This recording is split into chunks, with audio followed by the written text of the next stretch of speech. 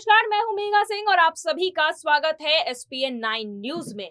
आज देश के प्रधानमंत्री की तरफ से जो है रोजगार को लेकर एक बड़ा ऐलान किया गया है। दरअसल मोदी सरकार ने 1.5 साल में 10 लाख रोजगार देने का ऐलान किया है, जिसके बाद अब विपक्ष की तरफ से कई सारे सवाल जो है मोदी सरकार पर खड़े हो रहे हैं और इस सवालों को खड़े करने में सबसे आगे हैं एआईएमआईएम पार्टी के मुखिया असदुद्दीन ओवैसी। जी हाँ, आज असदुद्दीन ओवैसी ने जो है मीडिया के सामने आकर सरकार के इस प्लान पर कई सारे सवाल खड़े कर दिए। यहाँ पर ओवैसी का सीधे तौर पर कहना है कि जो सरकार वादे कर रही है वो झूठे हैं। इससे पहले भी वादे जो किए गए थे, जितनी नौकरियां देने के वादे किए गए थे, वो बीजेपी सरकार ने अभी तक पूरे नहीं किए हैं।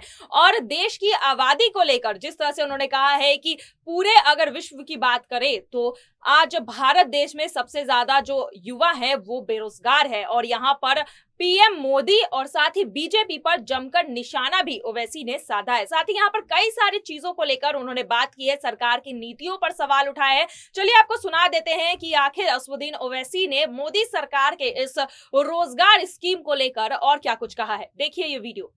तो 8 साल में तो 16 करोड़ नौकरियां आपको देना था, आप भूल गए उसको। और अब आप कह रहे हैं कि मैं 24 में, क्योंकि चुनाव आ रहा है पार्लियामेंट का और राजस्थान का, मध्य प्रदेश, छत्तीसगढ़ का चुनाव है, गुजरात का, आप कह रहे हैं कि मैं 5-5 लाख नौकरी दूंगा। भाई 16 करोड़ नौकरियों का क्या हुआ, आप बता दीजिए हमको, वो क्यों नहीं दिया आपने। और ये जो 10 लाख नौकरी का आप बोल रहे हैं, 10 लाख नहीं 55 लाख सेंट्रल गवर्नमेंट के पास सैंक्शन पोस्ट है, आप क्यों नहीं देते? वो 10 लाख क्यों दे रहे हैं आप?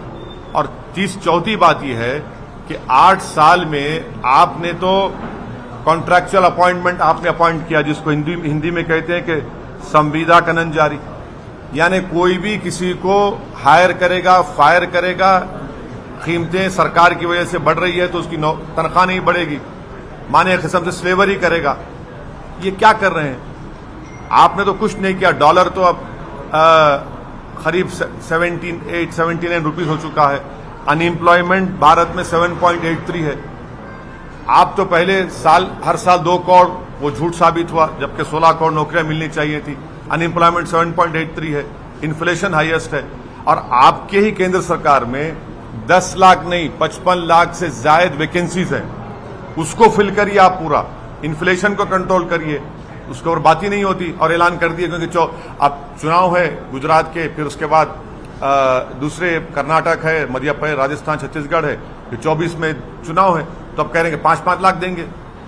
सबसे पूरे विश्व में अगर कहीं नौजवान युवा बेरोजगार है तो भारत में है, और प्रधानमंत्री ऊंट के मुंह में जीरा दे रहे हैं। यहाँ पर देखने को मिल रहा है कि ओवैसी ने जिस तरह से सवाल खड़े किए हैं उसके बाद मोदी सरकार की मुश्किलें बढ़ सकती है, क्योंकि यहाँ पर लोग भी यही सवाल कर रहे हैं। यहाँ बेरोजगारी जो है चरम सीमा पर पहुंच चुकी है, लेकिन रोजगार के मामले में सिर्फ 10 लाख वैकेंसियां निकाली गई है, जिसके बाद भी देखा जा रहा है कि लोगों की मुश्किलें जो हैं वो खत्म होने वाली नहीं है। और यहाँ पर जो रोजगार निकाले गए हैं उसके पीछे ओवैसी का कहना है कि सिर्फ और सिर्फ राजनीति की जा रही है, क्योंकि आने वाले समय में चुनाव भी होने वाले हैं और इसके लिए बीजेपी तैयारी कर रही है। फिलहाल आज के लिए बस इतना ही। आगे की खबरों के लिए देखते रहिए एसपीएन 9 न्यूज। धन्यवाद।